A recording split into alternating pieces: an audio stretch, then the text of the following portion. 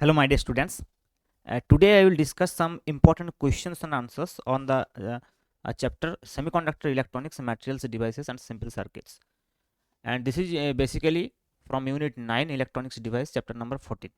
Okay, so CBSE का जैसे types का क्वेश्चंस आता है. For example MCQ based, assertion reasoning, short answer type, very short answer type, long answer type, each and every topics, even in case study base. Okay, so we will discuss each types of questions, probable questions from this chapter. Okay, so चलिए discuss करते हैं one by one. So first we will discuss about the multiple choice questions. Okay, so देखो what is the first question given here. Question is that carbon, silicon and germanium have 4 valence electrons each. At room temperature, which one of the following statements is most appropriate? Okay, you know कि carbon, silicon and germanium जो है they belongs to the same group of periodic table, and this is because of the fact that valence electrons of carbon, silicon and germanium, they have 4 valence electrons. So at room temperature, which one of the following is most appropriate? The first option is the number of free electrons for conduction is significant only in silicon and germanium but small in C. The number of free conduction electrons is significant in C but small in silicon and germanium. The number of free conduction electrons is negligibly small in all the three, and the number of free electrons for conduction is significant in all the three. Okay, सो पहले ये समझना पड़ेगा कि carbon क्या है, silicon क्या है and germanium क्या है. सिलिकॉन एंड जर्मेनियम जो है they are semiconductors, but carbon जो है that is basically insulator. So as carbon is insulator, you know the number of free electrons will be less, है ना, compare to the silicon and germanium. So obviously option A will be the correct option. Option A will be correct, है ना, क्योंकि the number of free electrons for conduction is significant only in silicon and germanium but small in carbon. Okay, this is quite correct. And you know, I have told many times in class कि silicon and germanium जो है ये semiconductor है and carbon जो है insulator है, in spite of they belong to the same group of periodic table. This is because of the fact that the forbidden energy gap of silicon and germanium is more than the carbon. Okay, so carbon is insulator and silicon and germanium are semiconductor. This is the main fact. So obviously the number of free electrons will be little more than the carbon. But if here is an suppose मान लीजिए कि carbon की जगह कोई एक conductor होता, metal होता, तब मेटल का जो नंबर ऑफ फ्री इलेक्ट्रॉन्स है obviously that will be more than silicon and germanium. Okay, so चलिए नेक्स्ट क्वेश्चन देखते हैं. In the energy band diagram of a semiconductor, if more charge carriers are seen near valence band, it would be. Okay. In the energy band diagram of a semiconductor, if more charge carriers are seen near valence band, so valence band के आसपास अगर charge carrier ज़्यादा है तो ये क्या होगा. So if we draw the energy band diagram, है ना, energy band diagram कैसा था बताओ. P type and N type का जो energy band diagram था, suppose this is conduction band and this is valence band. Okay, and here also let me draw another. This is conduction band and this is valence band and this is valence band. Okay, and near the valence band there is a for p type semiconductor, basically for p type semiconductor we have seen for p type semiconductor the acceptor level is just above the valence band here, है ना. So the holes, after doping the holes will be here, and the gap between this acceptor level, है ना, this is called actually acceptor level, and the gap between this acceptor level and the topmost level of the valence band is 0.05 electron volt just. You should remember this also. Okay, so the electrons will be easily transferred from here to here, here to here, here to here. Okay, similarly if you talk about the n type semiconductor, so n type में क्या होता है, there is a donor level here, है ना. So the electrons will be here, donor level here, just below the conduction band. So electrons will be easily transferred from here to here, and here also the gap is 0.05 electron volt between these two level. So this is also a very important information, sometime asked in question. Okay, so according to these questions, in the energy band diagram of a semiconductor, if more charge carriers are seen near valence band, so देखो valence band के near अगर ज़्यादा charge carrier है तो तो ये क्या है basically P type semiconductor. So answer D, option D will be the correct answer. Okay, so it will be just a P type semiconductor. चलिए नेक्स्ट क्वेश्चन देखते हैं.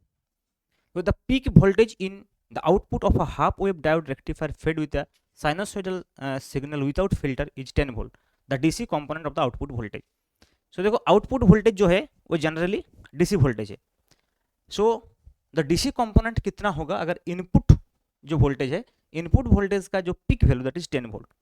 सो इनपुट वोल्टेज जब हम full wave and half wave rectifier देखे थे तो here is suppose there is an circuit.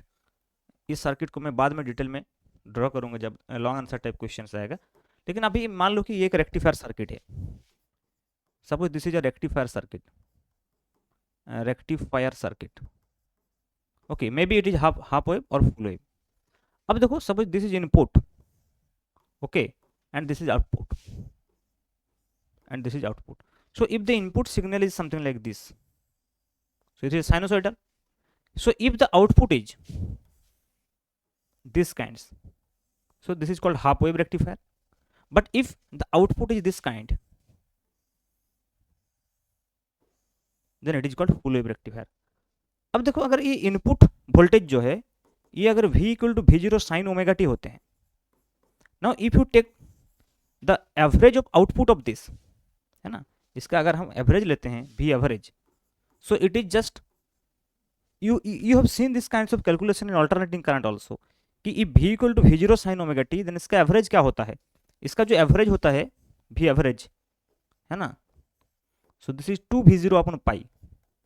And ये जो 2V0 upon pi it will be for the full wave rectifier, but for half wave rectifier circuit इसका आधा होगा. So it will be just V0 upon pi. So ये जो V average है for half wave rectifier circuit it is V0 upon pi, and for full wave rectifier circuit it will be 2V0 upon pi. और ये जो average value है ये basically DC value है ना. तो देखो और जो V0 है यहाँ 10 volt, peak voltage is given 10 volt. So V0 is given as 10 volt. So if V0 is 10 volt, then you can see here it will be 10 upon pi and it will be 20 upon pi. Okay. So according to the questions, as in the question it is half wave diode rectifier, so it should be 10 upon pi. But if they asked for full wave rectifier, then it will be 20 upon pi. Okay. Clear? चलिए next question.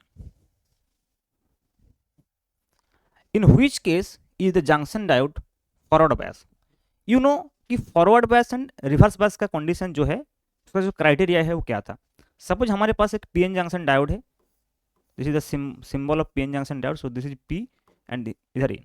सो P को अगर हम positive से connect करते हैं और N को अगर हम नेगेटिव से कनेक्ट करते हैं तो इसको हम बोलते हैं फॉरवर्ड बायस. इसका मतलब क्या है, इधर है हाई वोल्टेज, इधर लो वोल्टेज. मतलब P should be connected with high voltage and N should be connected with low voltage, then it will be in forward bias. अगर उल्टा हो गया, ये लो हो गया ये हाई हो गया, तो रिवर्स बायस हो जाएगा. सो देखते हैं which of the diode is forward bias.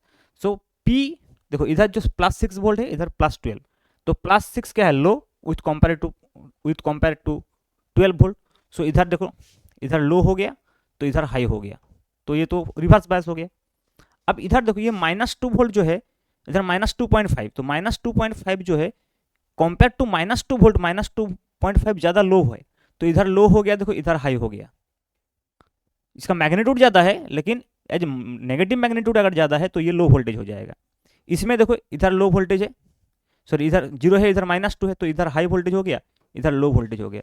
इसमें देखो इधर तो लो वोल्टेज, इधर हाई वोल्टेज. तो एक ही है जहाँ लेफ्ट में हाई वोल्टेज और राइट में लो वोल्टेज. मतलब पी साइड जो है हाई वोल्टेज से कनेक्टेड है और एन साइड जो है वो लो वोल्टेज से कनेक्टेड है. So this will be in forward bias. Okay, चलिए next question. Assume that the junction diode is ideal and resistor has resistance of 200 ohm. The current in the arrangement shown here will be. So इसके through कितना current flow हो रहा है. सो if this is in forward bias, so current तो अरे forward bias में है भी, ये 1 वोल्ट है, ये 3 वोल्ट है, और जो रेजिस्टेंस है डायोड का that is 200 ohm is also given. तो करंट इधर ऐसे फ्लो होगा, और ये आइडियल डायोड है तो यहाँ कोई रेजिस्टेंस नहीं है तो कोई वोल्टेज ड्रॉप नहीं होगा. Okay, so if you start from here, if you apply KVL and start from here to here, so here कितना वोल्टेज है 3 वोल्ट, सो 3 से स्टार्ट हुआ. अब देखो ऐसे करंट जा रहे हैं I, है ना, I करंट. सो यहाँ कितना वोल्टेज ड्रॉप होगा, इधर से करंट जा रहे हैं, इसका मतलब ये हाई वोल्टेज, ये लो वोल्टेज ऑब्वियसली, क्योंकि करंट हमेशा हाई टू लो जाते हैं, तो हाई टू लो अगर जा रहे हैं तो इसका मतलब क्या, वोल्टेज ड्रॉप होगा, तो कितना ड्रॉप होगा, I R amount of drop होगा। सो पहले यहाँ 3 वोल्ट था, फिर यहाँ वोल्टेज ड्रॉप हो गया, देखिए -200 इंटू आई, फिर ये दोनों का जो रिजल्टेंट है वो इस पॉइंट का वोल्टेज होगा, that is 1 volt. You can right in this way, KVL को आप ऐसे लिख सकते हो, इस पॉइंट टू इस पॉइंट को। सो इस पॉइंट में जो वोल्टेज है 3 वोल्ट, फिर कितना ड्रॉप हुआ, -200 आई। सो यहाँ कितना वोल्टेज होगा, जो पहले इस पॉइंट का वोल्टेज था, फिर कितना ड्रॉप हुआ, equal to this voltage of this point. Otherwise you can write the current is voltage difference by resistance, you can also do in this way also, but this is the general way, because if there is a resistance inside the diode, it is not an ideal diode, then क्या होगा, यहाँ भी कुछ voltage drop होगा, या फिर sometimes जो barrier potential है डायोड का वो भी गिवन रहता है, जैसे कि यहाँ बैरियर पोटेंशियल गिवन नहीं है, so in that case here also some voltage will be dropped. Okay, so देखो यहाँ कितना आई होगा, यहाँ से हम आई निकाल सकते हैं, so it will be just 3 - 1 equal to 200 I. So I will be देखो 2/200 है ना, इसका मतलब 1/100, सो 0.01 एम्पियर है ना, तो इसका मतलब है 10 मिली एम्पियर हो जाएगा, 10 milli ampere. So this will be the correct answer. Otherwise इस क्वेश्चन को ऐसे भी सिंपल ओहम्स लॉ से भी सॉल्व किया जा सकते हैं कि करंट जो है that is voltage difference upon resistance है ना। सो वोल्टेज डिफरेंस कितना है देखो 3 - 1, so it will be 2 upon resistance जो है 200, so it will be just 2/200, so 1/100, so it will be 0.01, so it will be 10 milli ampere. So ऐसे भी इसको सॉल्व किया जा सकता है। Okay, otherwise this is the general method I am telling. Okay, बाद में ये मेथड जो है ये काम आएगा। चलिए next question number 6, which of the following statement is not true, true नहीं है कौन सा स्टेटमेंट, जैसे resistance of N intrinsic semiconductor decrease with increase in temperature. Okay, तो देखो रेजिस्टेंस जो है टेम्परेचर इंक्रीज करने डिक्रीज होता है, किसका होता है, सेमीकंडक्टर, कंडक्टर के लिए नहीं होता है, लेकिन सेमीकंडक्टर के लिए सही है। Doping pure silicon with trivalent impurities gives P type semiconductor, ये भी सही है, trivalent impurity P type semiconductor देते हैं। The majority carriers in N type semiconductors are holes, देखिए ये गलत है, क्योंकि मेजोरिटी कैरियर्स जो है एन टाइप का वो क्या होता है, इलेक्ट्रॉन्स होता है। अब PN junction can act as semiconductor diode, ये तो सही है, तो नॉट ट्रू, इसका मतलब option C is correct. Okay, next, a student wants to identify diode from a mixed collections of diodes, resistors, inductors, switch, thyristors, bulb, etc. using a multimeter. Choose the correct statement out of the following about the diode. Diode के बारे में कौन सा statement जो है correct है, तो पहले देखो it is two terminal device which conducts current in both directions, it is two terminal device which conducts current in one direction only, it does not conduct current, gives an initial deflection which decay to 0, it is 3-terminal device which conducts current in the direction only between central terminal and either of the remaining 2 terminals. so ये दोनों तो गलत है ही, है ना, correct, which of the following statement is correct। अब देखो इसमें जो है it is 2-terminal device which conducts current in both directions, both direction में तो नहीं, करंट तो वन डायरेक्शन में फ्लो होते हैं, लेकिन चार्ज कैरियर जो है वो 2 टाइप्स का चार्ज कैरियर होते हैं, electrons and holes, so it will be correct for option B will be correct. Okay, इसी में अगर हम ड्रिप जो माइनॉरिटी चार्ज कैरियर उसके लिए अगर हम करंट को सोचे तो अलग बात है, अदरवाइज ये इस करेक्ट होगा, तो इसका मतलब ये मोर करेक्ट अगर हम लेते हैं तो B will be the more correct. Okay, चलिए नेक्स्ट जो है हम डिस्कस करेंगे assertion reasoning type questions. So this types of questions is also can be come in your exam, and ये आता है हर साल, यू नो कि पहले जो एमसीक्यूज रहता है उसमें लास्ट 4-5 क्वेश्चन जो है वो basically assertion reasoning type questions होते हैं। ओके, सो देखो असर्शन रीजनिंग टाइप क्वेश्चन में 4 ऑप्शंस होता है ए बी सी डी। सो पहला जो है ये both assertion and reason are true, मतलब असर्शन जो गिवन रहेगा और रीजन जो है दोनों ट्रू होगा, and reason is correct explanation of assertion. Second देखो ये both assertion reason are true but reason not correct, reason is not correct, and C जो है assertion true but reason false, और डी जो है बोथ फॉल्स। ओके, सो इस हिसाब से हम A B C D options choose करेंगे। तो देखो फर्स्ट क्वेश्चन क्या है, as the temperature of a semiconductor increase its resistance decrease. Okay, as the temperature of semiconductor increase, अगर टेम्परेचर इंक्रीज होता है सेमीकंडक्टर का तो रेजिस्टेंस क्या होता है, डिक्रीज होता है, ये तो सही बात है, क्योंकि देखो सेमीकंडक्टर में क्या होता है, ये जो valence band and conduction band होते हैं, है ना। सो अगर टेम्परेचर हम इंक्रीज करते हैं तो क्या होता है बताओ, वैलेंस बैंड से इलेक्ट्रॉन जो है वो कंडक्शन बैंड में पहुंच जाते हैं, तो नंबर ऑफ कंडक्शन इलेक्ट्रॉन ज्यादा हो जाता है, तो क्या होता है, कंडक्टिविटी ज्यादा होता है, तो कंडक्टिविटी अगर ज्यादा है तो रेजिस्टिविटी कम हो जाएगा, तो रेजिस्टिविटी अगर कम है तो रेजिस्टेंस भी कम है, तो इसलिए टेम्परेचर अगर हम इंक्रीज करते हैं तो रेजिस्टेंस कम हो जाता है। The energy gap between conduction band and valence band is greater than 3 electron volt in semiconductor. नहीं, ये सही नहीं है, सेमीकंडक्टर के लिए ग्रेटर देन 3 इलेक्ट्रॉन वोल्ट तो नहीं होता है, इससे कम होता है 3 इलेक्ट्रॉन वोल्ट से। ओके, सो यह असर्शन तो ट्रू है बट रीजन करेक्ट नहीं है, तो इसका मतलब कौन सा ऑप्शन होगा, असर्शन अगर करेक्ट है लेकिन रीजन करेक्ट नहीं है तो बी होगा, है ना, तो ये B option will be the correct option. Okay, next, the resistivity of a semiconductor increase with temperature. देखो यहाँ क्या बोल रहे हैं, टेम्परेचर इंक्रीज करने में रेजिस्टिविटी इंक्रीज होता है सेमीकंडक्टर, ये गलत है। पहले देखो जो हमने बताया था इसमें, the temperature it resistance decrease, resistance क्या होता है, डिक्रीज होता है, वो सही है एक्चुअल में, तो ये क्या है, असर्शन तो फॉल्स हो ही गया। The atoms of a semiconductor vibrate with larger amplitude at higher temperature thereby increase its resistivity, ये दोनों गलत है, इसका मतलब डी होगा, क्योंकि ये जो लिख रहे हैं ना assertion and reason, this is correct for conductor not for semiconductor, conductor के लिए दोनों करेक्ट है। अगर ये कंडक्टर के लिए बोलते हैं ना, the resistivity of a conductor, यहाँ भी कंडक्टर लिख देते हैं, सेमीकंडक्टर की जगह यहाँ भी कंडक्टर लिख देते हैं, तो ये जो है ऑप्शन ए हो जाएगा। Clear, next, semiconductors are used to build digital logic circuits, ये तो सही है। They can not easily switch between high and low voltage, ये गलत है। देखो डिजिटल सर्किट में क्या होता है, हाई एंड लो वोल्टेज जो है इजीली स्विच किया जा सकता है, जैसे कि एनालॉग सिग्नल और डिजिटल सिग्नल में क्या डिफरेंस है, देखो जब कॉन्टिन्यूअस सिग्नल होते हैं, suppose this kinds of signal, this is called analog signal, जो हम अल्टरनेटिंग करंट में पढ़ते हैं, या फिर जहां भी हम ऐसे साइनोसॉइडल सिग्नल देते हैं, इसको हम बोलते हैं एनालॉग, क्या बोलते हैं इसको, एनालॉग। और डिजिटल क्या होता है, डिजिटल जो है that is discrete signal, discrete का मतलब क्या होता है, एक उसका कोई कॉन्टिन्यूअस वेरिएशन नहीं होगा, जैसे मान लो कि कुछ टाइम के लिए ये हाई वोल्टेज है, फिर लो वोल्टेज हो गया, फिर लो वोल्टेज कुछ टाइम के लिए, फिर हाई हो गया, फिर लो हो गया, फिर हाई हो गया, तो ऐसे टाइप्स जो है इसको हम बोलते हैं डिजिटल सिग्नल।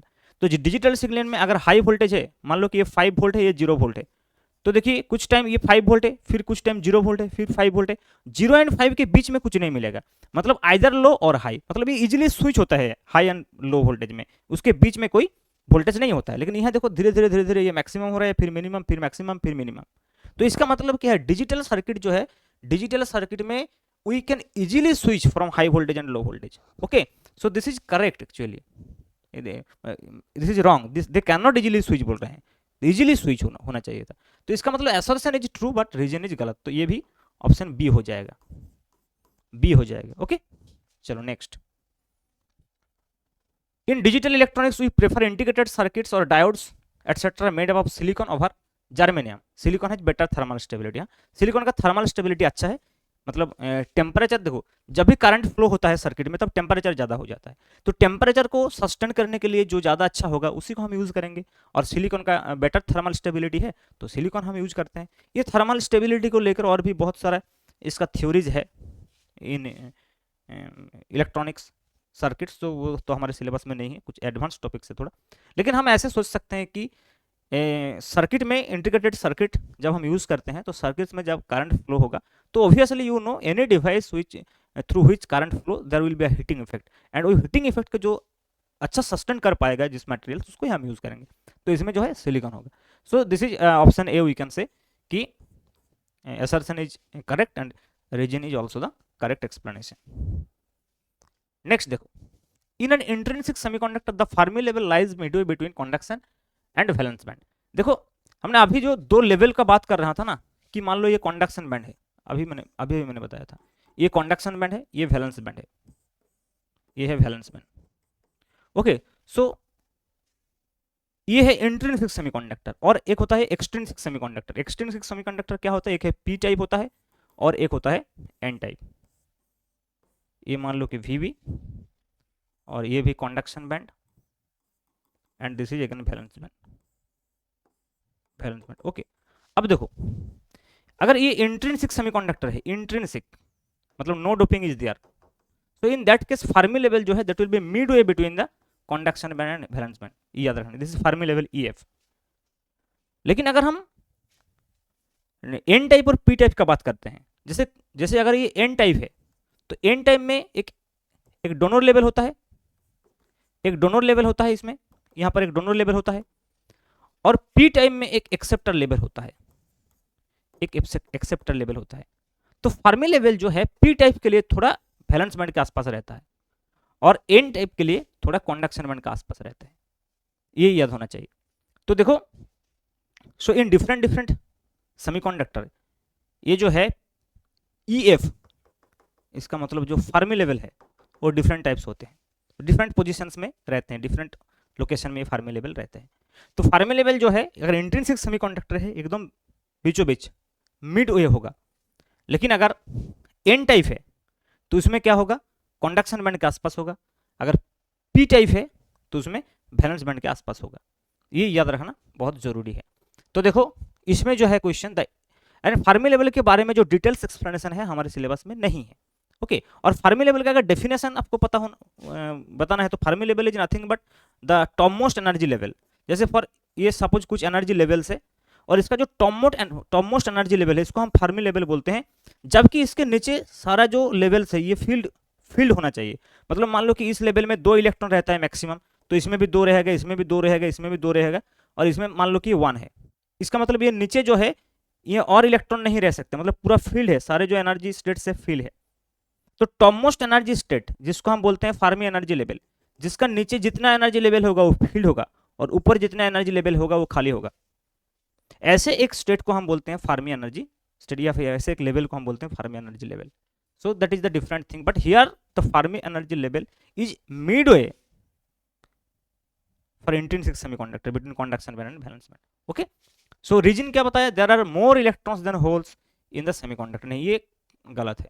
तो assertion is correct and reason is wrong, इसका मतलब ये भी option B is correct. Clear, चलिए नेक्स्ट देखते हैं।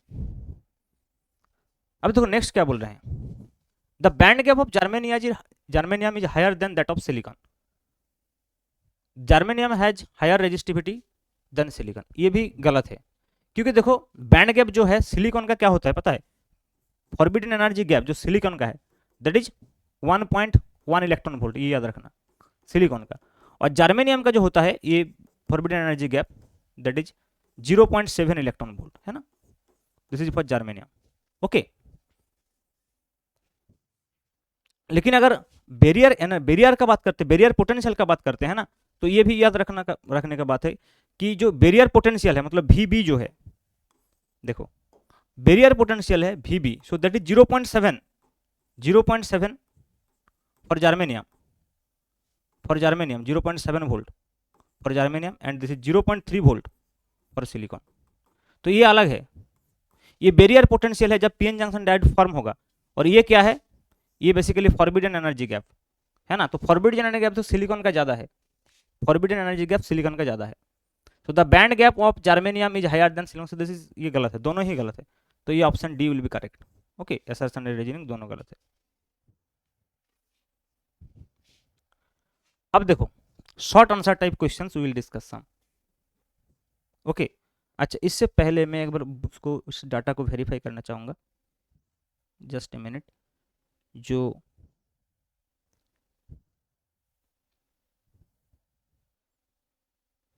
हमने लिखा है अभी, जस्ट ए मिनट, ये बाद में भी आएगा, डिस्कस करेंगे तब भी डिस्कस करेंगे इसको, ठीक है। हाँ सिलिकॉन का ये 0.7 है एंड जर्मेनियम का 0.3 है, ओके। जर्मेनियम का 0.3 है ये, सिलिकॉन का 0.7 है, ये याद रखना है, 0.3 वोल्ट एंड 0.7 वोल्ट।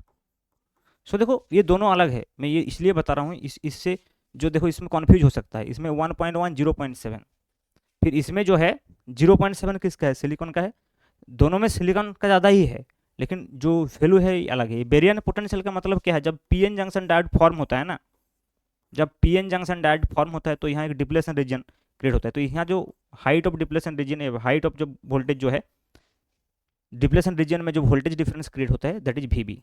सो ये अलग है, ये पीएन जंक्शन डायोड के लिए। और ये जो है बैंड गैप है, मतलब ये conduction band and valence band जो है, देखो so if this is conduction band, this is valence band, then the gap between these two, okay, this is 1.1 for silicon and 0.7 for germanium, लेकिन यहाँ 0.7 for silicon and 0.3 for germanium. Okay, so ये याद रखना। चलो next question. हाँ, next short answer type question हम discuss करेंगे। Okay, short answer type, इससे पहले वेरी शॉर्ट आंसर टाइप होना चाहिए था। इससे पहले तो वेरी शॉर्ट आंसर टाइप भी है ना, तो पहले very short answer type discuss करते हैं, फिर शॉर्ट आंसर टाइप डिस्कस करेंगे। ओके, चलो क्वेश्चन क्या है। In a PN junction width of depletion region is 300 nanometer.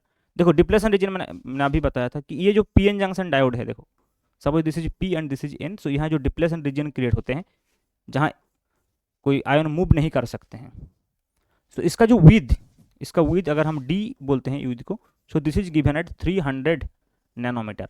इसका मतलब 300 into 10⁻⁻9 meter, this is okay. And the electric field is given, यहाँ जो इलेक्ट्रिक फील्ड है barrier electric field E, so this is also given and electric field is given as 7 into 10⁵ volt per meter. मतलब जब हम यहाँ connect करेंगे battery से इसको, तब क्या होगा, इसमें एक इलेक्ट्रिक फील्ड जनरेट होगा, so that electric field is also given. Find the height of the potential barrier, इसका मतलब वीबी निकालने के लिए बोल रहे हैं। Height of the potential barrier मतलब वीबी, ओके। तो विड्थ जो है डी और हाइट मतलब ये पोटेंशियल बैरियर का हाइट मतलब वीबी। तो देखो ई एंड वी के बीच में एक रिलेशन, हम इलेक्ट्रोस्टैटिक्स में इसको हम पढ़े थे कि ई जो है इलेक्ट्रिक फील्ड जो है that is V upon D. So V क्या होगा, देखो ई इंटू डी हो जाएगा, ये वी जो है बेसिकली बैरियर पोटेंशियल। अब देखो ई क्या है, E is given 7 into 10⁵ and D is also given 300 into 10⁻⁹।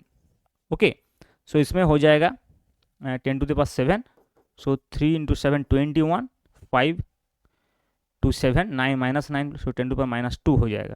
So it is just 0.21 volt. Okay, next देखो क्या क्या बोल रहा है नेक्स्ट क्वेश्चन, ये है क्वेश्चन नंबर 1। नेक्स्ट जो है, what should be the minimum kinetic energy, what should be the minimum kinetic energy of a conduction electron which can diffuse from the N side to P side. Okay, so जो electrons N side to P side diffused होगा जो electron, उसका kinetic energy कितना होगा। तो पहले जो N side से पी साइड टू डिफ्यूज्ड जो इलेक्ट्रॉन होगा उसको कितना जो पोटेंशियल है, पोटेंशियल बैरियर को जो है इसको क्रॉस करना पड़ेगा, that is this. So this is the potential barrier जो उसको क्रॉस करना पड़ेगा। So what will be the work done, so work done will be, we know कि W is equal to Q into V, है ना। तो यहाँ Q जो है that is charge of electron, so it will be EV। और ये जो वर्क डन है that is equal to change in kinetic energy, है ना। इसका मतलब काइनेटिक एनर्जी हम बोल सकते हैं क्योंकि इनिशियल काइनेटिक एनर्जी तो 0 था। तो देखो जो चेंज इन काइनेटिक एनर्जी है, so that will be equal to EV। So number 2 का जो इसका आंसर होगा, है ना। So work done, you know work done is, this is work energy theorem, is equal to change in kinetic energy. So इसको हम simple kinetic energy बोल सकते हैं कि इनिशियली जो है 0 है। ओके, सो वर्क डन कितना है, E इंटू वी। सो E into V is equal to kinetic energy. So E जो है E लिखते हैं और V जो है 0.21 वोल्ट। सो ये काइनेटिक एनर्जी को अगर हम इलेक्ट्रॉन वोल्ट में लिखते हैं, so it will be just 0.21 electron volt. Okay, this is very simple for question number 2। Okay, ना चलो नेक्स्ट क्वेश्चन। नेक्स्ट क्वेश्चन देखो, the diagram shows a piece of pure semiconductor S. So ये जो है एक प्योर सेमीकंडक्टर एस है, in series with a variable resistors R, नीचे एक वेरिएबल रेजिस्टर गिवन है and a source constant voltage V। Would you increase और decrease the value of R to keep the reading ammeter constant when semiconductor S is cooled. मतलब S को जब cooled करेंगे, मतलब इसका टेम्परेचर अगर decrease करेंगे सेमीकंडक्टर का, है ना। सो इन दैट केस ये जो एमीटर का रीडिंग मतलब करंट को अगर हम फिक्स रखना चाहेंगे तो रेजिस्टेंस को हम कैसे चेंज करेंगे। सो इट इज वेरी सिंपल, क्योंकि आई क्या होगा, देखो करंट क्या होगा, that is voltage upon resistance. So voltage V है और रेजिस्टेंस ये वेरिएबल रेजिस्टेंस R है, प्लस सेमीकंडक्टर का भी कुछ रेजिस्टेंस होगा, सपोज ये RS है। अब देखो R वेरिएबल है, लेकिन जब हम इसको कूल्ड करेंगे ना तो क्या होगा, जब हम कूल करेंगे तो सेमीकंडक्टर का जो रेजिस्टेंस है वो इंक्रीज हो जाएगा, क्योंकि सेमीकंडक्टर का जो रेजिस्टेंस है वो डिक्रीज होता है कब, जब हम टेम्परेचर इंक्रीज करते हैं। तो अगर उसको हम कूल कर देते हैं तो इसका जो रेजिस्टेंस है ये इंक्रीज हो जाएगा। तो सेमीकंडक्टर का रेजिस्टेंस अगर इंक्रीज हो जाएगा, देखो लेकिन इसको सेम रखना है, इसको आई को सेम रखना है, तो हम वेरिएबल रेजिस्टेंस को क्या करेंगे, इसको डिक्रीज कर देंगे। तो ये अगर इंक्रीज हो गया, इसको तो हम चेंज नहीं कर सकते हैं, लेकिन ये वेरिएबल रेजिस्टेंस को हम चेंज कर सकते हैं, तो इसको डिक्रीज करके हम एडजस्ट कर सकते हैं, ताकि आई जो है या फिर एमीटर की रीडिंग जो है वो कांस्टेंट रहे। So the answer will be decrease the value of R. Okay, this is very simple question, but थोड़ा सा ट्रिकी क्वेश्चन था। नेक्स्ट देखो, मैंने जो पहले बता रहा था कि केवीएल को हम क्यों यूज कर रहे हैं दैट फॉर दैट क्वेश्चन, मैंने बताया ना कि ये जो है जनरली जो है ये मोर ट्रू है। अगर हमें जनरली ओहम्स लॉ में तो निकल ही जाएगा, लेकिन अगर हम एक ऐसे क्लोज सर्किट मिल गया या फिर और भी कॉम्प्लिकेटेड सर्किट थोड़ा मिल गया, तो उसमें जो है हम केवीएल यूज करने में ये और भी इजी तरीके से, अच्छे तरीके से आ जाएगा। देखो, व्हेन अ डायोड इज, इसमें वो काम आएगा, when a diode is forward biased, है ना, it has a voltage drop of 0.5 volt. देखो इसमें डायोड के अक्रॉस में भी वोल्टेज ड्रॉप दे दिया। समटाइम्स वो ऐसे भी बोलते हैं कि ये सिलिकॉन डायोड या फिर जर्मेनियम डायोड। तो इन दैट केस आपको याद रखना पड़ेगा कि इसमें जो वोल्टेज ड्रॉप या फिर बैरियर पोटेंशियल कितना है। मैंने अभी बताया सिलिकॉन के लिए 0.7 होता है और जर्मेनियम के लिए 0.3 होता है। तो instead of giving this value they can say कि ये सिलिकॉन या germanium diode, in that case you have to assume कि यहाँ जो है कितना बैरियर पोटेंशियल होगा। ओके, यहाँ तो गिवन है।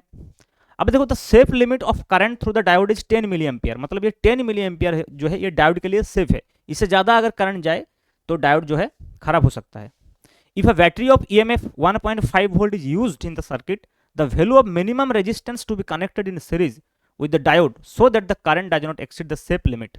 मतलब ये रेजिस्टेंस कितना होना चाहिए ताकि डायोड के थ्रू जो करंट है वो चेंज नहीं होगा, मतलब 10 मिली एम्पियर ही रहेगा। इसका मतलब करंट इज गिवन, आर निकालना पड़ेगा। तो देखो, अगर इस सर्किट में हम ऐसे इस डायरेक्शन में अगर केवीएल यूज करते हैं from this point, suppose from this point हम स्टार्ट करते हैं, तो देखो इधर से जा रहे हैं, इधर से जा रहे हैं, तो देखो यहाँ कितना वोल्टेज ड्रॉप होगा। ऐसे करंट जा रहे हैं, इसका मतलब हम बोल सकते हैं ये इधर जो है ये इधर हाई पोटेंशियल और इधर लो पोटेंशियल, फिर इधर हाई पोटेंशियल इधर लो पोटेंशियल, फिर देखो ये तो गिवन है लो पोटेंशियल हाई पोटेंशियल। तो देखो जब हम हाई टू लो जाएंगे तब ड्रॉप होगा वोल्टेज, इसका मतलब नेगेटिव हो जाएगा। हाई टू लो ड्रॉप होगा, जब लो टू हाई आएगा तब क्या होगा, तब गेन होगा वोल्टेज। एंड अगर हम जिस पॉइंट में स्टार्ट किया है उसी पॉइंट में आ गया, मतलब पूरा क्लोज सर्किट कर लिया, तो नेट वोल्टेज जो है 0 हो जाएगा। तो अगर हम यहाँ से स्टार्ट करते हैं, देखो पहले 0.5 वोल्ट जो है वोल्टेज ड्रॉप हो रहा है, इसका मतलब -0.5। उसके बाद कितना ड्रॉप होगा, IR अमाउंट ऑफ ड्रॉप होगा, सो -IR। उसके बाद देखो ऐसे आ रहे हैं तो -2 मतलब 1.5 जो है गेन होगा, so that will be equal to 0। सो ये हो गया net voltage drop through a close path, है ना, ये 0। This is the KVL, Kirchhoff's voltage law. अब देखो यहाँ जो है रेजिस्टेंस निकालना है, तो करंट अगर I को हम यहाँ लिख देते हैं 10 मिली एम्पियर, इसका मतलब ये हो गया 10 into 10⁻³ ampere, so that is 0.01 ampere, है ना। So this is 0.01 ampere. अब देखो 1.5 माइनस 0.5, इसका मतलब ये तो 1 ही हो गया, तो 1 इक्वल टू IR हो गया, तो R इक्वल टू हो जाएगा 1/I, 1/I।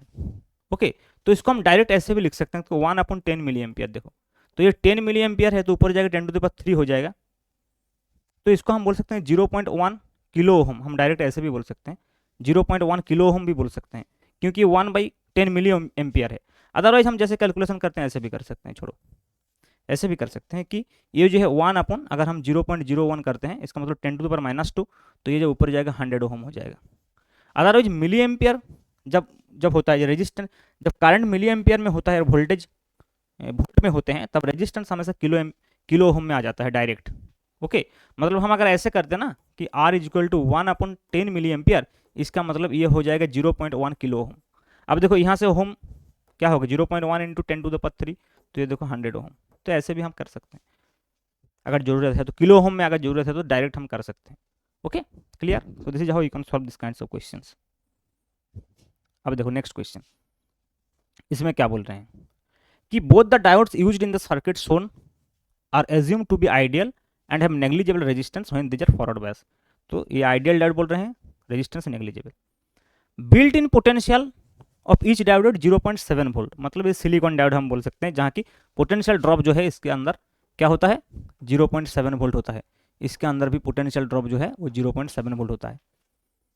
For the input voltage shown in the figure, the voltage at points A is, A point का वोल्टेज कितना होगा। अब देखो ए पॉइंट का वोल्टेज कितना होगा, अगर हम यहाँ जो इनपुट वोल्टेज है 12.7 इसको हम कनेक्ट कर दे ऐसे, तो ये actually circuit should be like this. Okay, यहाँ 12 वोल्ट और यहाँ भी अगर हम 4 वोल्ट ऐसे कनेक्ट कर देते तो circuit will be something like this. अब देखो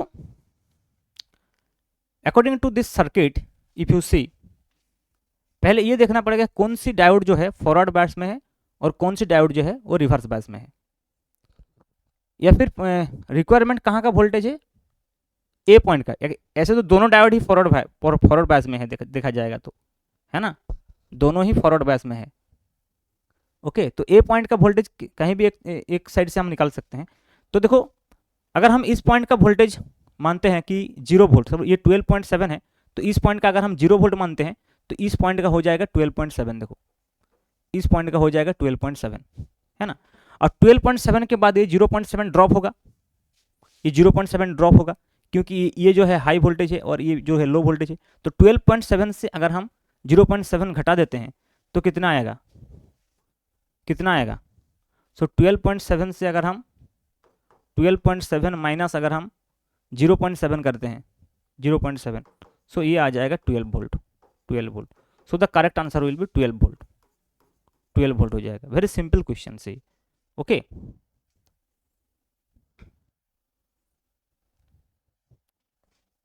एक बार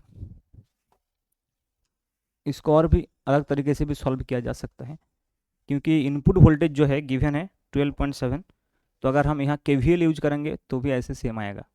क्योंकि देखो अगर हम यहाँ से यहाँ तक चलते हैं ना, तो ऐसे अगर हम चलते हैं, यहाँ 12.7 है, क्योंकि देखो ये लो है ये हाई है, तो गेन होगा, तो 12.7 माइनस 0.7 इक्वल टू हो जाएगा VA।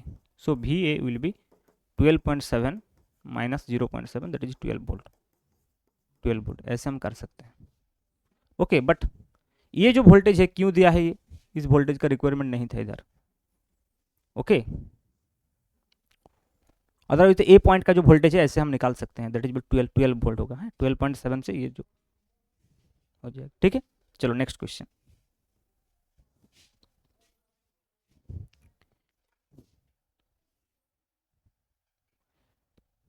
हाँ, ये हम ऐसे देख सकते हैं क्योंकि देखो इस पॉइंट का अगर 12 वोल्ट है ना, 12 वोल्ट है ना, और इधर का जो 4 वोल्ट है, इसका मतलब ये है जो है ये रिवर्स बायस में है।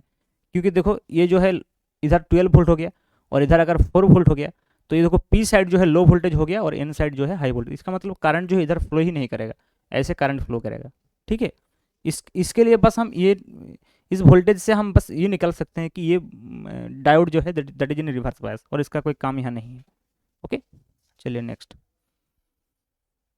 अब देखो in the following circuit diagram is the junction diode bias, diode forward bias और रिवर्स बायस, मतलब इसमें कौन सी फॉरवर्ड बायस में है कौन सी रिवर्स बायस। सेम ही लॉजिक है, हाई वोल्टेज या लो वोल्टेज हम देखेंगे।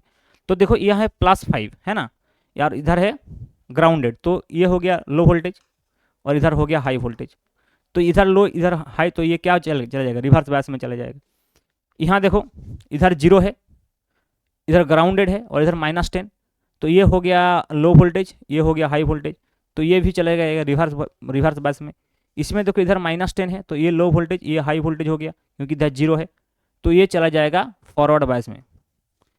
सिमिलरली इधर देखो +5 है +7 है, तो इधर हो गया हाई वोल्टेज इधर हो गया low voltage, so it is also in forward बायस। इसमें देखो -12 -5, तो इधर हो गया हाई वोल्टेज इधर हो गया लो वोल्टेज, तो ये भी फॉरवर्ड बायस में चला गया। तो ऐसे आपको कंपेयर करना है कि पी साइड का वोल्टेज जो है वो अगर हाई वोल्टेज है तो फॉरवर्ड बायस में होगा, और एन साइड का वोल्टेज अगर लो वोल्टेज में है तो रिवर्स बायस का होगा। ये क्वेश्चन देखो बहुत इंपॉर्टेंट क्वेश्चन है, लास्ट टाइम ये क्वेश्चन आए थे 2024 में। क्या बोल रहे हैं देखो, draw and explain the output waveform across the load resistance R if the input waveform is shown in figure. तो देखो यहाँ जो इनपुट वेवफॉर्म है, सपोज इसको अगर हम बेस मानते हैं, 0 पोटेंशियल मानते हैं, तो इधर जो है प्लस इधर जो है माइनस। अब देखो this is just an half wave rectifier circuit, you can see, क्योंकि हाफ वेव रेक्टिफायर सर्किट में ऐसे एक डायोड होता है, तो करंट जो है ऐसे फ्लो करेगा, कब फ्लो करेगा, जब इधर पॉजिटिव इधर नेगेटिव, मतलब इधर हाई वोल्टेज उधर लो वोल्टेज है ना। सो देखो +5 वोल्ट के लिए यहाँ जो है हम आउटपुट ले सकते हैं, इधर आउटपुट मिलेगा, कब आउटपुट मिलेगा, तो +5 के लिए, और -5 के लिए आउटपुट नहीं मिलेगा। इसका मतलब only output will be this, so ये जो है ये आउटपुट मिलेगा, so this will be the output. Okay, this will be the output. ये तो नहीं था ऐसे, सो ये आउटपुट होगा। Okay, and you can explain this कि ये जो है एक हाफ वेव रेक्टिफायर सर्किट है। So it will, this diode will be forward bias only for the positive half cycle, and negative half cycle के लिए ये रिवर्स बायस में चला जाएगा। So we can get the positive voltage from here. Okay, next, the circuit shown in figure has two oppositely connected ideal diodes connected in parallel. Find the current flowing through each diode in the circuit. Okay, current flow in each diode. Okay, the circuit shown in the figure has two oppositely connected ideal diodes connected in parallel. So देखो दो oppositely connected है, एक D1 है एक D2 है। Find the current flowing through each diode. अब देखो पहले ये -12 वोल्ट को अगर हम देखें तो ये जो है इधर लो वोल्टेज है और इधर हाई वोल्टेज है, और इसका जो है देखो इधर हाई वोल्टेज है और इधर लो वोल्टेज है। सो अकॉर्डिंगली ये D1 डायोड जो है ये क्या है, रिवर्स बायस में है। तो D1 डायोड अगर रिवर्स बायस में है तो ये जो बीच का जो सर्किट है ये ओपन सर्किट बन जाएगा। तो ये अगर ओपन सर्किट है तो हमारा सर्किट क्या रहेगा, दिस 2 ओम, फिर ये डायोड देखो, फिर आ जाएगा इधर 4 ओम, फिर ये माइनस प्लस, बस, तो ये 12 वोल्ट। अब देखो करंट कितना होगा, ये आइडियल डायोड है तो इसमें करंट कितना होगा, तो करंट इधर फ्लो करेगा तो आई will B voltage difference upon total resistance 4 + 2 6, so the current will be 2 ampere just. Okay, so this is a very simple question. अब देखो ये वेरी शॉर्ट आंसर टाइप का हो गया है ना। अब जो क्वेश्चन है that are some short answer type questions, तो इसके बाद हम short answer type question discuss करते हैं। चलो, शॉर्ट आंसर टाइप क्वेश्चंस, चलो, तो शॉर्ट आंसर टाइप क्वेश्चन में क्या है, देखो शॉर्ट आंसर टाइप क्वेश्चन, उसके बाद long answer type question, and we will discuss case based question also. Okay, अब देखो शॉर्ट आंसर टाइप क्वेश्चन में क्या है, 3 samples are given to you, 1 is copper, एक कॉपर है, सेकंड है जर्मेनियम, एंड थर्ड है glass. Identify them as conductor, an insulator और ए सेमीकंडक्टर। अब देखो कॉपर जो है ये क्या होता है बताओ, कॉपर जो है ये कंडक्टर होता है, वेरी सिंपल कंडक्टर, और जर्मेनियम क्या होता है, सेमीकंडक्टर। जर्मेनियम क्या होता है, सेमीकंडक्टर होता है, और ग्लास क्या होता है, इंसुलेटर होता है, ग्लास होता है इंसुलेटर, इंसुलेटर। अब ये पूछ रहे हैं कि distinguish them on the basis of energy band diagram. You know कि एनर्जी बैंड डायग्राम जो है सेमीकंडक्टर का कैसा होता है, कंडक्टर का कैसा होता है, और इंसुलेटर का क्या होता है। तो यू नो कि एनर्जी बैंड डायग्राम जो है, अगर हम conduction band and valence band का बात करते हैं, so if this is conduction band and this is valence band, and there is a gap between this conduction band and valence band almost approximately equal to 1 electron volt, मतलब 1 electron volt के आसपास है, तो इसको हम क्या बोलते हैं, सेमीकंडक्टर बोलते हैं, इसको हम बोलते हैं सेमीकंडक्टर। ओके, लेकिन अगर ये वैल्यू जो है, सपोज मान लो कि ये जो conduction band and valence band के बीच में जो गैप है, suppose this is conduction band and this is valence band, okay, and this gap is, suppose this is greater than 6 electron volt, ये ईजी जो है ये अगर 6 इलेक्ट्रॉन वोल्ट से ज़्यादा है तो इसको हम बोलते हैं इंसुलेटर, मतलब this is fit for glass, insulator. लेकिन अगर दोनों सुपर इम्पोज्ड है, कि सपोज ये है कंडक्शन बैंड मान लो, और वैलेंस बैंड जो है ऐसे सुपर इम्पोज्ड है कंडक्शन बैंड के साथ, ओके, सो ये बन गया कंडक्शन बैंड, ये बन गया वैलेंस बैंड। तो यहाँ जो एनर्जी, फॉरबिडन एनर्जी गैप है, ये अगर 0 है तो इसको हम क्या बोलेंगे, इसको हम बोलेंगे conductor, conductor. And you can right about conductor, semiconductor and insulator also in this way. Okay, so you can take a screenshot from here also. Okay, चलिए next, a pure sample of germanium with another germanium sample which is doped with an impurity of 13th and 14th group element। देखो 13th and 14th, तो 13th group से क्या मिलेगा, trivalent मिलेगा, trivalent, और 15th group से क्या मिलेगा, पेंटावेलेंट मिलेगा, pentavalent. Okay, with impurity concentration 1 in million, identify and compare the properties of both samples. इसका मतलब यहाँ से मिलेगा ट्राइवेलेंट जो है अच्छा, एक सैंपल में प्योर जर्मेनियम है और एक में जर्मेनियम सैंपल है विद डोप्ड, है ना, मतलब जिसमें डोप्ड है वो क्या बेसिकली वो एक्सट्रिंसिक सेमीकंडक्टर है, जिसमें ये दोनों है, ये extrinsic semiconductor, extrinsic semiconductor, okay, जिसमें पी टाइप भी हो सकता है, पी टाइप कब होगा जब ट्राइवेलेंट होगा, और इसमें एन टाइप भी हो सकता है, एन टाइप कब होगा बताओ, जब ये पेंटावेलेंट होगा, है ना।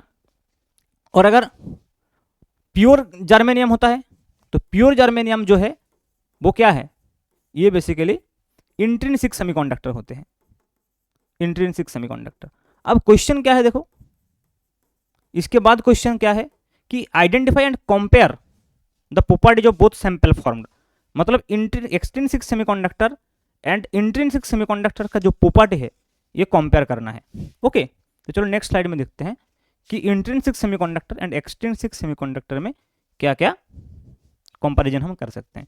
पहले इंट्रिंसिक सेमीकंडक्टर क्या है, it is a pure semiconductor, और एक्सट्रिंसिक में क्या है, it is a semiconductor with dope with added impurity, जिसको हम डोपिंग बोलते हैं। और इंट्रिंसिक सेमीकंडक्टर में क्या होता है, number of electrons in conduction band is equal to number of holes in valence band, मतलब N is equal to N H, लेकिन यहाँ N greater than N H हो सकता है फॉर एन टाइप के लिए, और N less than N H हो सकता है फॉर पी टाइप के लिए, ओके। नेक्स्ट देखो, इसका कंडक्टिविटी जो है रूम टेम्परेचर में लो होते हैं, क्योंकि इसके पास बहुत ज़्यादा चार्ज कैरियर नहीं है, तो ये लो कंडक्टिविटी है, इसलिए तो हम डोपिंग करते हैं। डोपिंग में हाई कंडक्टिविटी हो जाता है at a room temperature, because इसमें जो है इम्प्यूरिटीज आ जाता है, तो वहाँ से उसको जो चार्ज कैरियर है वो मिलता है। नेक्स्ट क्या है, it's electrical conductivity depends on the temperature only, obviously ये टेम्परेचर के ऊपर ही बस डिपेंड करते हैं, लेकिन ये टेम्परेचर के साथ साथ किसके ऊपर डिपेंड करते हैं, अमाउंट ऑफ डोपिंग, कि कितना अमाउंट ऑफ डोपिंग किए हैं, इम्प्यूरिटी किए हैं, ओके। सो उसके हिसाब से ये भी डिपेंड करते हैं। चलिए नेक्स्ट क्वेश्चन, नेक्स्ट क्वेश्चन देखिए, a sample of silicon doped with trivalent impurity and another silicon sample which is doped with pentavalent each with impurity concentration 1 million, what type of semiconductors they are. ये तो बहुत ही simple हो गया, क्योंकि जब trivalent impurity है, देखो trivalent impurity है, अभी डिस्कस किए हैं, तो इसमें क्या होता है, इसमें होता है ट्राइवेलेंट के लिए पी टाइप आ जाता है, पी टाइप, और जब हम पेंटावेलेंट करते हैं तो क्या बन जाता है, यहाँ जो इम्प्यूरिटी आता है वहाँ से क्या किस टाइप का बनता है, एन टाइप, क्योंकि यहाँ एक्स्ट्रा इलेक्ट्रॉन्स मिल जाता है, okay. So this is a very simple question, so इसको हम ऐसे लिख सकते हैं, इसके अलावा तो ऐसा कुछ है नहीं, ओके। चलो नेक्स्ट क्वेश्चन देखते हैं, नेक्स्ट क्वेश्चन देखते हैं। नेक्स्ट क्वेश्चन हो जाए, a student wants to produce 12 volt DC from 220 volt and 50 hertz AC signal, तो ये है इनपुट सिग्नल, देखो 220 volt and 50 hertz. Firstly he steps down the voltage from 220 volt AC to 12 volt AC, क्योंकि तो इसके लिए पहले देखो, इसके लिए ट्रांसफार्मर चाहिए, यूजी का ट्रांसफार्मर। जब भी हम वोल्टेज को 220 वोल्ट एसी से 12 वोल्ट एसी से ले जाते हैं तो क्या चाहिए, एक ट्रांसफार्मर चाहिए, and convert 12 AC to DC, और जब एसी टू डीसी हम करेंगे मतलब रेक्टिफायर सर्किट हमको चाहिए। He uses a semiconductor device, और इस सेमीकंडक्टर डिवाइस को हम क्या बोलते हैं, रेक्टिफायर डिवाइस बोलते हैं, रेक्टिफायर सर्किट। ये हाफ वेव भी हो सकता है और फुल वेव भी हो सकता है, which will produce an output frequency of 100 hertz. लेकिन यहाँ देखो ट्विस्ट आ गया कि इसका जो आउटपुट फ्रीक्वेंसी है वो 100 हर्ट्ज है, क्योंकि इनपुट क्या था देखो 50 हर्ट्ज था, और आउटपुट क्या बन गया 100 हर्ट्ज, तो ऑब्वियसली ये क्या है, ये फुल वेव रेक्टिफायर सर्किट है। आइडेंटिफाई दैट सेमीकंडक्टर डिवाइस, सो क्या है सेमीकंडक्टर डिवाइस, क्या है, ये फुल वेव रेक्टिफायर सर्किट है, क्या है ये, फुल वेव रेक्टिफायर सर्किट। तो ये तो क्लियर हो गया कि this is N full wave rectifier circuit, okay. अब देखो क्वेश्चन क्या है कि explain it's underlying working principle and working with help of a circuit diagram depict the input and output waveform. तो इसका मतलब क्वेश्चन को सीधा नहीं पूछा, क्वेश्चन को ऐसे भी पूछ सकते थे कि explain and underlying working principle of a full wave semiconductor, a full wave rectifier circuit depict the input and output waveform, ऐसे भी क्वेश्चन पूछ सकते थे। लेकिन क्वेश्चन ऐसे नहीं पूछा, क्वेश्चन को घुमा कर पूछा ताकि पहले ये पता लगाना पड़ेगा स्टूडेंट्स को कि ये हाफ वेव रेक्टिफायर सर्किट का बात कर रहे हैं या फिर फुल वेव रेक्टिफायर सर्किट का बात कर रहे हैं। तो जब भी ये देखोगे अगर इनपुट वोल्टेज, इनपुट जो फ्रीक्वेंसी है वो फ्रीक्वेंसी डबल हो जाता है आउटपुट में, क्योंकि you know the output frequency है ना, तो इनपुट में जब ये होता है और आउटपुट में दोनों साइड में ये आ जाता है ना, तो इसका जो फ्रीक्वेंसी है वो डबल हो जाता है आउटपुट में। तो आउटपुट में अगर फ्रीक्वेंसी डबल हो गया तो वो क्या है, फुल वेव रेक्टिफायर सर्किट है। Okay, so full wave rectifier circuit में एक सेंटर टैप्ड ट्रांसफार्मर भी यूज होता है। तो इसका जो बेसिक सर्किट क्या होता है, इधर एक ट्रांसफार्मर होता है, देखो ऐसे हम एक ट्रांसफार्मर, सेंटर टैप ट्रांसफार्मर को हम ऐसे दिखा सकते हैं। ओके, तो इधर इनपुट, तो this is AC input, you can say AC input आ जाता है। फिर हम यहाँ दो डायोड यूज करते हैं इसमें, एक है D1 डायोड और यहाँ एक डायोड यूज करते हैं, सो जिसको हम बोलते हैं D2 डायोड। ओके, अब देखो इसको ऐसे कनेक्ट कर देते हैं, फिर यहाँ जो है यहाँ से कनेक्ट करते हैं और यहाँ एक रेजिस्टेंस, लोड रेजिस्टेंस यहाँ दे देते हैं, फिर यहाँ जो है हम आउटपुट ले सकते हैं ऐसे।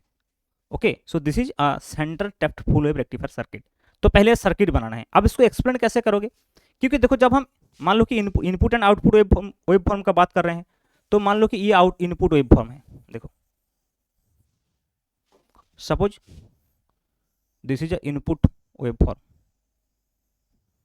क्लियर। तो इसका अगर हम टाइम को ऐसे दे देते हैं, ये V वर्सेस T ग्राफ, सो मान लो ये 0 है, फिर ये T1, ये T2, ये T3, ये T4 है ना, और यहाँ इसके साथ साथ इसको आउटपुट बनाते हैं, ये इनपुट हो गया और ये भी आउटपुट अपन T वर्सेस T। अब देखो क्या होगा, जब फर्स्ट हाफ साइकिल में, पॉजिटिव हाफ साइकिल में क्या होगा, इधर पॉजिटिव होगा इधर नेगेटिव होगा, तो इसमें D1 डायोड जो है फॉरवर्ड बैस में होगा, D2 डायोड क्या होगा, रिवर्स बैस में होगा। तो करंट जो फ्लो करेगा ऐसे फ्लो करेगा, तो हम यहाँ से इसका आउटपुट मिलेगा V0, so that output will be from 0 to T1। सो 0 टू T1 के लिए हमें ऐसे आउटपुट मिलेगा।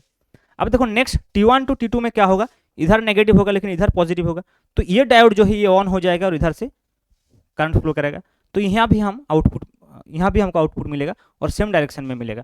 तो ये जो इधर था नेगेटिव साइड में था, ये भी T1 टू T2 के लिए भी ये क्या होगा, पॉजिटिव हो जाएगा।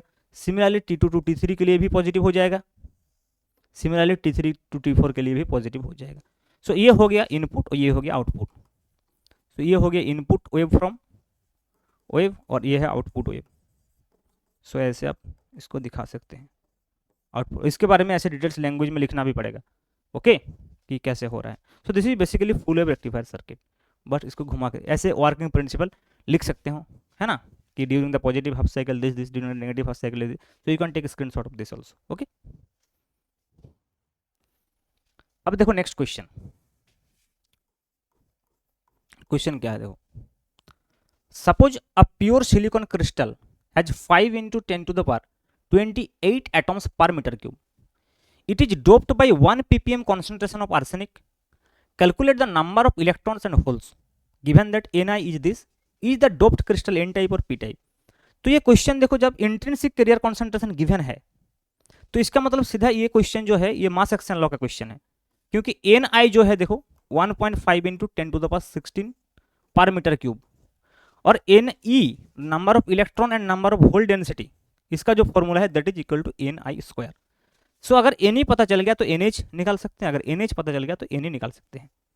अब क्वेश्चन में देखो, suppose a pure silicon crystal has this number of atoms per unit volume, it is doped by 1 ppm concentration of arsenic. 1 ppm मतलब पार्ट पर मिलियन। देखो 1 ppm का मतलब क्या है, that is part per million. I think ये term जो है तुम लोग केमिस्ट्री में भी इसको देखे हैं ना, सॉल्यूशन में, ppm पार्ट पर मिलियन। अब देखो it is doped by 1 ppm concentration of arsenic, इसका मतलब क्या है, पर मिलियन में 1 आर्सेनिक मतलब 10 to the power 6 अगर एटम है तो इसमें कितना आर्सेनिक एटम डोप्ड हुआ है, 1 आर्सेनिक एटम, 1 आर्सेनिक डोप्ड है। इसका मतलब 1 आर्सेनिक डोप्ड है मतलब एक ही इलेक्ट्रॉन्स मिलेगा, एक ही इलेक्ट्रॉन्स मिलेगा। तो सिलिकॉन क्रिस्टल में कितना एटम है, इतना एटम है, तो 5 into 10 to the power 8 atom के लिए कितना आर्सेनिक डोप्ड होगा या फिर कितना इलेक्ट्रॉन मिलेगा। क्योंकि देखो एक आर्सेनिक जब हम डोप्ड करते हैं तो एक आर्सेनिक के पास जो 5 इलेक्ट्रॉन होता है उसमें 4 इलेक्ट्रॉन जो है वो सिलिकॉन या फिर जर्मेनियम से क्या करेगा, बॉन्ड बना लेगा। तो जो 5th इलेक्ट्रॉन है that will be the extra electron, and that 5th electron is the carrier concentration, है ना। सो ये जो एक इलेक्ट्रॉन मिलेगा 10⁶ से मिलेगा, है ना, लेकिन हमारे पास है कितना क्रिस्टल में, कितना सिलिकॉन है, 5 इंटू 10⁸ सिलिकॉन है, तो 1 में हो जाएगा 1/10⁶, सो 5 इंटू 10⁻28 में मिलेगा 5 into 10⁻28/10⁶, so it will be just 5 into 10⁻22, सो इतना नंबर ऑफ जो है एक्स्ट्रा इलेक्ट्रॉन मिलेगा। सो दैट इज बेसिकली क्या है, नंबर ऑफ इलेक्ट्रॉन, या फिर हम बोल सकते हैं कि डोनर एटम्स, तो डोनर एटम्स और नंबर ऑफ इलेक्ट्रॉन जो है ऑलमोस्ट सेम होते हैं। तो Na अगर मिल गया तो यहाँ से NH भी मिल जाएगा, क्योंकि NH क्या है, Ni²/Ne। अब देखो Ni² इज गिवन दिस, सो 1.5 मतलब 2.25 इंटू 10⁻32 अपॉन ये हो गया 5 इंटू 10⁻22। ओके, सो ये कितना बनेगा 0.9 है ना, क्योंकि ये इसको अगर हम ऐसे करेंगे तो ये 1.5 इंटू 1.5 मतलब 0.3 इंटू 0.09, सो ये बनेगा 0.09 इंटू 10⁻10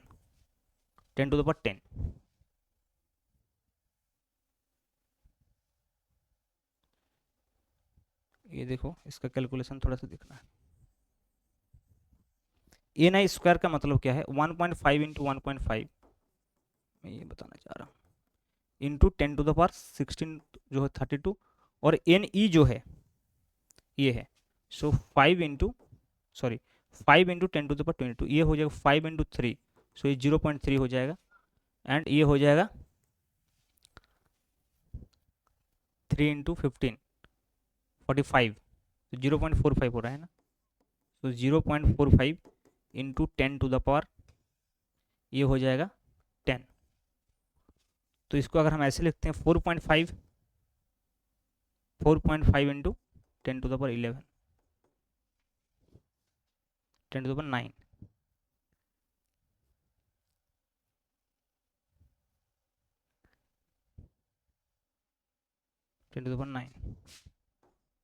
है ना।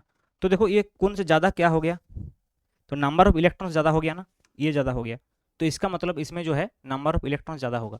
Is the doped crystal N type और पी टाइप, तो ये अगर ज़्यादा हो गया तो ये बन जाएगा N type semiconductor, N type. Okay, I think clear. Okay, चलो नेक्स्ट, ये और कहाँ से आ गया, ये ठीक है ना कैलकुलेशन, एक बार देख लेते हैं 4.5 into,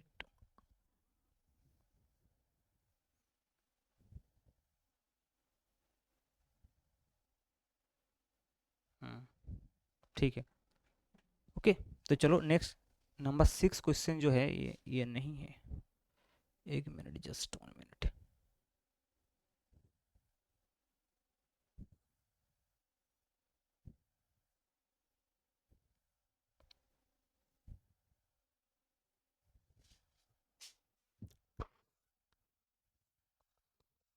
this is question number 5 and question number 6 जो है वो IV कैरेक्टरिस्टिक्स से है, ये वाला क्वेश्चन बहुत इंपॉर्टेंट क्वेश्चन। देखो इसमें क्या है, क्वेश्चन क्या है, देखो पहले कि the VI characteristics of a silicon diode is given in figure below, calculate the diode resistance, है ना, फॉरवर्ड बैस में एट +2 वोल्टेज में और एट +1 वोल्टेज में, एंड रिवर्स बैस में -1 एंड -2 में इसका जो है रेजिस्टेंस निकालना है।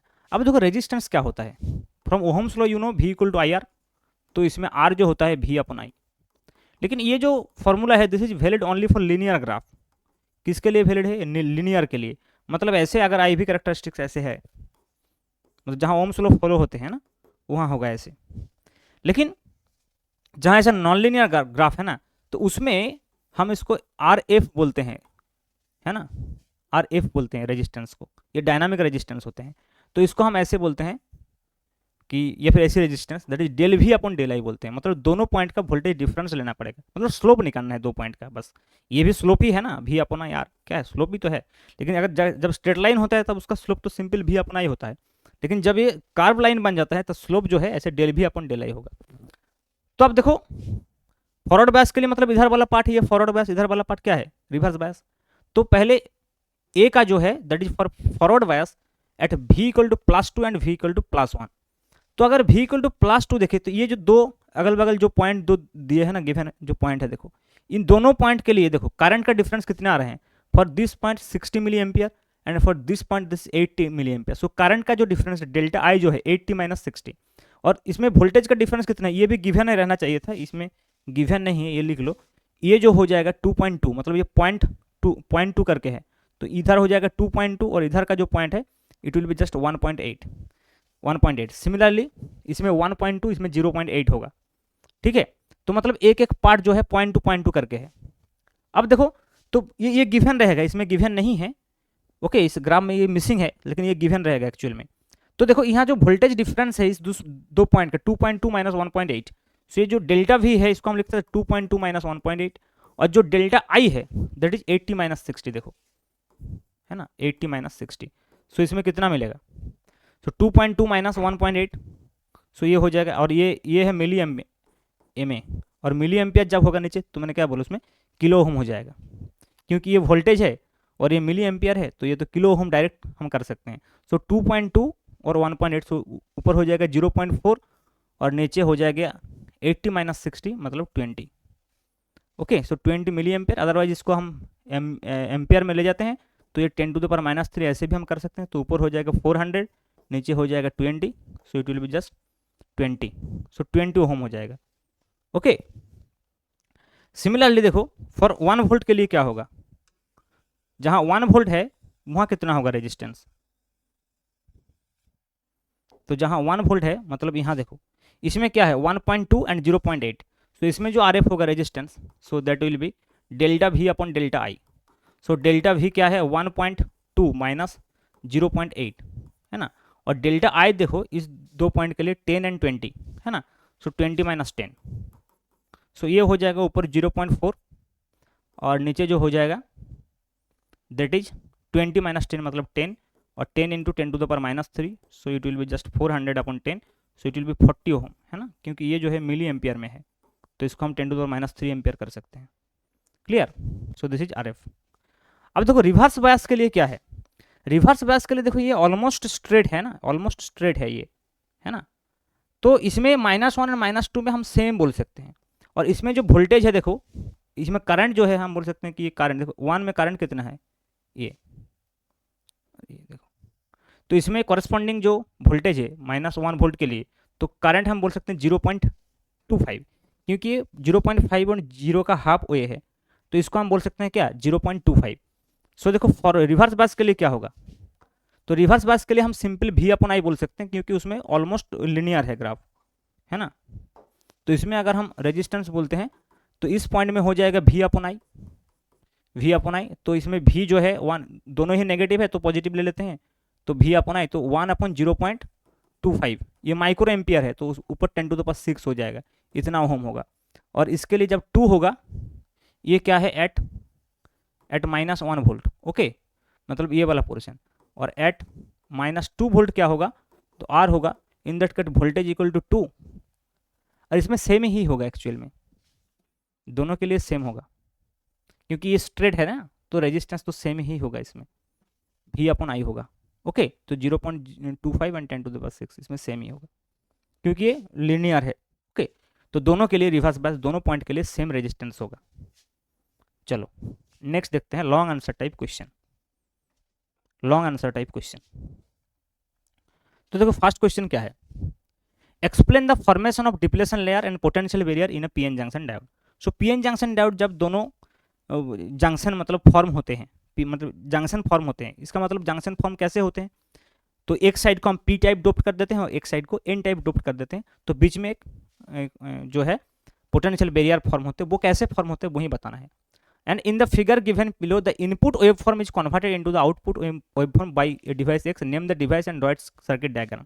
तो देखिए सेकंड वाला क्वेश्चन बहुत ही इजी है, ये डिवाइस क्या होना चाहिए, फुल वेव रेक्टिफायर, जो हमने ऑलरेडी कर लिया। इस वाला क्वेश्चन के लिए जो आंसर होगा वो ऑलरेडी हमने कर लिया, बी पोर्शन ऑलरेडी हो गया। बी पोर्शन क्यों ऑलरेडी हो गया, क्योंकि देखो ये इनपुट है और ये अगर आउटपुट है तो ये क्या है, ये basically full wave rectifier circuit है, और फुल वेव रेक्टिफायर सर्किट का सर्किट डायग्राम हमने पहले बना लिया था। फुल वेव रेक्टिफायर सर्किट है ये, clear. Explain the formation of depletion layer and potential barrier, ये भी डिस्कस किया था हमने क्लास में, फिर भी एक बार डिस्कस कर लेते हैं चलो इसको। सो देखो फॉर्मेशन जब होते हैं ना, एकदम सीधा यहाँ चलते हैं। देखो एक्चुअली ये जो पी एन जंक्शन है, तो इधर मान लो कि पी है और इधर एन है, तो एन साइड में क्या होता है, ज़्यादा इलेक्ट्रॉन्स हो जाता है, और यहाँ क्या होता है, डोनर आयन होता है। तो देखो डोनर आयन पॉजिटिव क्यों होता है पता है, क्योंकि देखो जो डोनर एटम है, मान लो कि एक फास्फोरस, तो फास्फोरस क्या है, ये तो 4 बॉन्ड जो है सिलिकॉन के साथ 4 बॉन्ड तो बना लेते हैं, देखो सिलिकॉन के साथ 4 बॉन्ड बना लेते हैं, लेकिन इसका जो एक एक्स्ट्रा इलेक्ट्रॉन है, देखो ये जो एक्स्ट्रा इलेक्ट्रॉन जब यहाँ से कंडक्शन बैंड चला जाएगा, तो ये जो पी है ये पॉजिटिव हो जाएगा, ये क्या होगा पॉजिटिव, ये इसका जो इलेक्ट्रॉन है वो इलेक्ट्रॉन जब चला जाएगा कंडक्शन बैंड, तो ये पी पॉजिटिव हो जाएगी, यानी कि कैटायन बन जाएगा, एंड दैट इज बेसिकली क्या, ये डोनर एटम।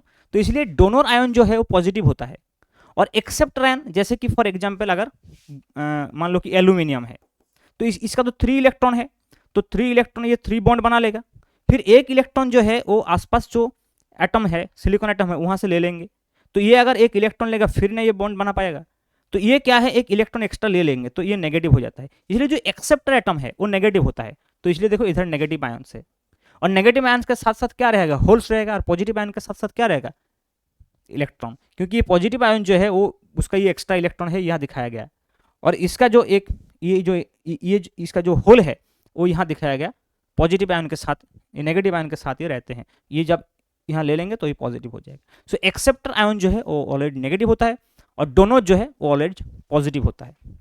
अब देखो जब ये कॉन्सेंट्रेशन इधर का जो ये जो concentration due to concentration gradient basically, क्योंकि होल एंड इलेक्ट्रॉन्स जो है इसका जो कॉन्सेंट्रेशन है, ये कॉन्सेंट्रेशन में एक डिफरेंस आएगा जब ये फॉर्म होते हैं होल और इलेक्ट्रॉन्स, तब क्या होगा, इलेक्ट्रॉन जो इधर से इधर डिफ्यूज होगा, या फिर हम उल्टा ऐसे बोल सकते हैं होल डिफ्यूज हो रहा है, बात सेम ही है।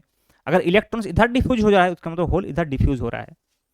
तो जब देखो इलेक्ट्रॉन्स इधर डिफ्यूज होगा तब क्या होगा, ये इलेक्ट्रॉन जो है ये जो नेगेटिव चार्ज के साथ जो एक्सेप्टर होल था, इस होल को क्या करेगा, न्यूट्रलाइज कर देगा।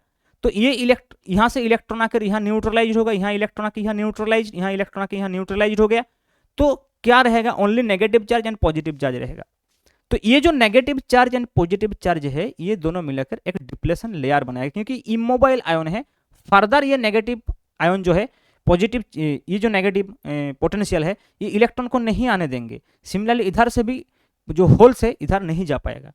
तो ये जो एक जंक्शंस क्रिएट हो गया, जहाँ एक पोटेंशियल डिफरेंस क्रिएट हो गया और जहाँ एक लेयर भी क्रिएट हो गया, इस लेयर को बोलते हैं डिप्लेशन लेयर, ये पोटेंशियल को बोलते हैं पोटेंशियल बैरियर। तो इसको अच्छे से आपको एक्सप्लेन करके लिखना है। और यहाँ 2 करंट होता है, एक है डिफ्यूजन करंट और एक है ड्रिफ्ट करंट, मतलब 2 फेनोमेना होते हैं इसमें, एक डिफ्यूजन एक ड्रिफ्ट। डिफ्यूजन क्या होता है, देखो ये जो ड्यू टू कॉन्सेंट्रेशन ग्रेडियंट इधर से इधर इलेक्ट्रॉन आते हैं, लेकिन ड्रिफ्ट क्या होता है, जब हम बैटरी अप्लाई करते हैं ना, तब जब फिर इधर से इधर जो इलेक्ट्रॉन्स चलते हैं, मान लो इधर, फिर मान लो कि ये जो है इसको हम ऐसे बैटरी से कनेक्टेड कर दिया, तो ये होल है तो इधर पॉजिटिव कर दिया, इधर नेगेटिव कर दिया, तब क्या होगा, इस नेगेटिव पोटेंशियल जो इलेक्ट्रॉन को इधर भगाएगा, ये पॉजिटिव पोटेंशियल जो है होल को इधर भगाएगा, तो that is the drift. So जब ड्रिफ्ट और ये जो करंट फॉर्म होता है that is due to drift current, drift velocity है ना, जैसे कंडक्टर में होता था ड्रिफ्ट करंट, ऐसे ही due to this external battery, इसमें जो इलेक्ट्रॉन्स और होल्स का जो मोबिलेशन स्टार्ट हो जाता है that is drift, that is called drift. लेकिन पहले शुरू में स्टार्टिंग में जब हम डोपिंग करते हैं और ड्यू टू कॉन्सेंट्रेशन ग्रेडियंट इधर से इधर आते हैं, तो उसको हम बोलते हैं डिफ्यूजन। तो 2 फेनोमेना, ये फेनोमेना 2 बहुत इंपॉर्टेंट है, एक है डिफ्यूजन और एक है ड्रिफ्ट। ओके, बाकी देखो ये तो मैंने पहले बताया था, सिलिकॉन के लिए जो बैरियर पोटेंशियल होता है 0.7 होता है, जर्मेनियम के लिए 0.3 होता है। तो ये पूरा जो लैंग्वेज है लिखना पड़ेगा, so you can take a screenshot for this also. Okay, this page and this page. Okay, so this then you can explain, okay, and the explanation I've told you। चलो नेक्स्ट क्वेश्चन देखते हैं। ये तो हमने पहले बता दिया था, device is full wave rectifier and full wave rectifier circuit you can draw easily.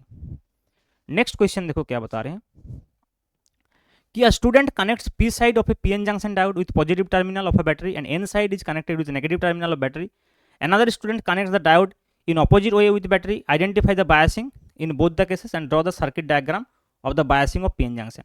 सो देखो एक ने पॉजिटिव रिवर्स बायस में जोड़ दिया, एक फॉरवर्ड बायस में जोड़ दिया। तो रिवर्स बायस में क्या होगा और फॉरवर्ड बायस में एक अभी अभी मैंने ये डायग्राम बनाया था, जैसे ये मान लो कि एक पीएन जंक्शन हो गया, तो अगर इधर का पॉजिटिव इधर नेगेटिव होते हैं तो इसको हम क्या बोलते हैं, फॉरवर्ड बायस सर्किट।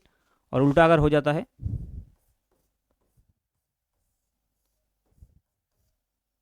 सॉरी ये बनाने के लिए बोल रहे हैं बेसिकली इसमें, और कुछ नहीं, इसमें नेगेटिव इसमें पॉजिटिव। ओके, तो ये हो गया रिवर्स बायस। ओके, समटाइम्स इसके साथ कैरेक्टरिस्टिक कार्व्स बनाने को भी बोल सकते हैं, जैसे कि मान लो कि यहाँ जो फॉरवर्ड बायस है, फॉरवर्ड बायस के लिए कार्व कैसे होता है, ऐसे एक्सपोनेंशियल कर्व हो गए, ठीक है ऐसे।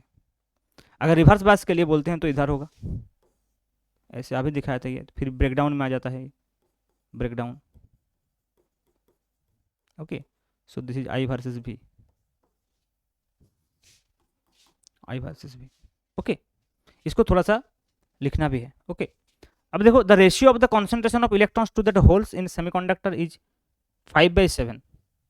The ratio of concentration of holes and the ratio of concentration of and the ratio of currents is 4/7. Find the ratio of the dipped velocity. तो इसका मतलब ratio of concentration electrons to that hole, इसका मतलब given क्या है, N E upon N H given है, N E upon N H is 5/7 given. और क्या गिवन है, and the ratio of the current मतलब I E upon I H also given, I E upon I H is also given and that is 4/7। निकालना क्या है, find the ratio of the drift velocity. तो देखो ये तो बहुत easy है, क्योंकि जो फॉर्मूला है you know, I equal to N E A V D, याद है I equal to N E A V D, है ना। अब देखो ये ड्रिफ्ट वेलोसिटी, अगर हम इसको ऐसे लिखते हैं कि आई ई, है ना, तो ये देखो एन और वी डी के प्रोपोर्शनल ई एंड ए तो कांस्टेंट होगा, तो आई ई अपॉन अगर हम आई एच करते हैं, आई ई अपॉन आई एच करते हैं, so it will be what, it will be N E upon N H into ये हो जाएगा V D upon V D E upon V D H, और ये तो निकालना है, find the ratio of the drift velocity, है ना। तो आई ई अपॉन आई एच जो है that is 4/7 equal to N E upon N H जो है that is 5/7 into V D E upon V D H upon V D H, है ना। तो देखो 7 कैंसिल हो जाएगा, 5 इधर आ जाएगा, तो 4/5 will be equal to V D E upon V D H, ये हो जाएगा 4/5। Okay, so this is how you can solve this kinds of question. Okay, now हमारा लास्ट क्वेश्चन है that is case study based question. So यहाँ एक case given है और इसके अकॉर्डिंग कुछ क्वेश्चन होगा। ओके, तो देखो क्या है, extrinsic semiconductors are made by doping pure or intrinsic semiconductors with suitable impurity. There are two types of dopants used in doping, silicon or germanium, and using them p-type and n-type semiconductors can be obtained. A p-n junction is the basic building block of many semiconductor devices. Two important processes occur during the formation of p-n junction is diffusion and drift. ये बहुत important है. When such junction is formed, a depletion layer is created consisting of immobile ion cores. You know, this is responsible for a junction potential barrier. The width of a depletion layer and the height of potential barrier change when a junction is forward bias or reverse bias. A semiconductor diode is basically a PN junction with metallic contacts provided at the ends for application of an external voltage. Using diodes, alternating voltage can be rectified. So diode के बारे में कुछ बताया है ना, depletion region कैसे form होता है, पोटेंशियल बैरियर कैसे फॉर्म होते हैं, ये सब बताया इसमें। और इससे अकॉर्डिंग जो 4-5 क्वेश्चन पूछेगा। देखो ये क्वेश्चन जो है बहुत इजी एंड जनरल क्वेश्चन है, उसके साथ ज़्यादा कुछ लेना देना नहीं है, केस बेस जो वहाँ जो लिखे है उसका। Which of the following is a donor impurity atom for gallium for germanium. तो जर्मेनियम के लिए डोनर इम्प्योरिटी क्या होगा, डोनर मतलब जो पेंटावेलेंट होगा। तो इसमें देखो बोरोन, एंटीमोनी, एल्यूमिनियम और इंडियम में एंटीमोनी जो है ये बेसिकली क्या है, पेंटावेलेंट है, तो ये होगा। नेक्स्ट देखो, when a pentavalent atom occupy the position of an atom in the crystal lattice of silicon, 4 of its electrons form covalent bonds with 4 silicon neighbours, while the 5th remains bound to the parent atoms. The energy required to set this electron free is about, देखो ये मैं बता रहा था कि जब हम conduction band and valence band का बात करते हैं, शुरू में बताया था मैंने, और वैलेंस बैंड का मैं बात करते हैं, तो यहाँ एक देखो क्या रहते हैं, डोनर लेवल रहते हैं। तो ये डोनर लेवल और कंडक्शन बैंड के बीच में जो गैप है दैट इज 0.05 इलेक्ट्रॉन वोल्ट, मैंने बताया था। तो ये तो बोल रहा है, देखो जो फिफ्थ इलेक्ट्रॉन है, मतलब देखो ये फास्फोरस है सपोज, या फिर जो भी है इसमें लिखा नहीं, सपोज फास्फोरस है, तो ये जो 4 इलेक्ट्रॉन जो है, ये 4 इलेक्ट्रॉन तो बॉन्ड बना लेते हैं 4 सिलिकॉन से, 4 सिलिकॉन से। जो फिफ्थ इलेक्ट्रॉन है ये रहते हैं, तो क्या ये फ्री इलेक्ट्रॉन हो जाता है तुरंत? नहीं, ये तो डोनर लेवल बनाते हैं यहाँ, और इसको अगर हम यहाँ ले जाने की कोशिश करते हैं तो 0.05 इलेक्ट्रॉन वोल्ट एनर्जी देना पड़ेगा, क्योंकि ये एनर्जी डिफरेंस है। So this will be the correct answer here, है ना। अब देखो during formation of a PN junction diode क्या होता है, a layer of negative charge on N side and a layer of positive charge on P side. हम अभी देखा है कि जब ऐसे पीएन जंक्शन बनते हैं, अगर इधर पी है इधर एन है, तो क्या होता है, इधर से इधर इलेक्ट्रॉन आते हैं और इधर क्या होता है, नेगेटिव हो जाता है और इधर पॉजिटिव हो जाता है। तो पी साइड में नेगेटिव और एन साइड में पॉजिटिव होता है। देखो कहाँ है, a layer of positive charge on N side, हाँ, and a layer of negative charge on P side appears. So option B will be correct. In a reverse PN junction, in a reverse bias PN junction क्या होता है, the applied voltage mostly drops across the depletion region. Depletion region का width क्या है, ज्यादा हो जाता है, तो ज्यादा वोल्टेज यहाँ ड्रॉप होते हैं। So this will be the correct answer. The output frequency of a full wave rectifier of 50 हर्ज, ये जो क्वेश्चन नंबर 4 था जिसमें वो बताया गया था कि इनपुट जो है 550 हर्ज एंड 220 वोल्ट है ना, और आउटपुट क्या होता है 100 हर्ज। सो कब होता है, मैंने अभी बताया, फुल वेव रेक्टिफायर के लिए होता है ना। तो देखो आउटपुट फ्रीक्वेंसी पे फुल वेव रेक्टिफायर विथ 50 हर्ज इनपुट, तो 50 हर्ज अगर इनपुट है तो आउटपुट 100 हो जाएगा, किसके लिए, फॉर फुल वेव रेक्टिफायर के लिए। सो it will be the correct answer. Okay, so all the questions I have discussed here, different kinds of questions which are asked in CBSE exam. Okay, MCQ, assertion reasoning, very short answer type, long answer type, and case based question. Okay, these questions are very important for exam purpose. Okay, so do this carefully. Okay, thank you.